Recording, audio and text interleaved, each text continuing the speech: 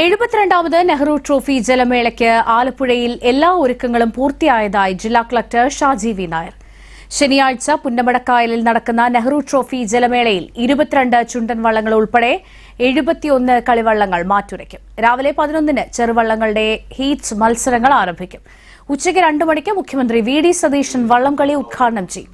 കേന്ദ്രമന്ത്രി ഗജേന്ദ്ര സിംഗ് ഷെഖാവത്ത്, കർണാടക മുഖ്യമന്ത്രി ഡി.കെ. ശിവകുമാർ തുടങ്ങിയവർ ഉദ്ഘാടന ചടങ്ങിൽ പങ്കെടുക്കും.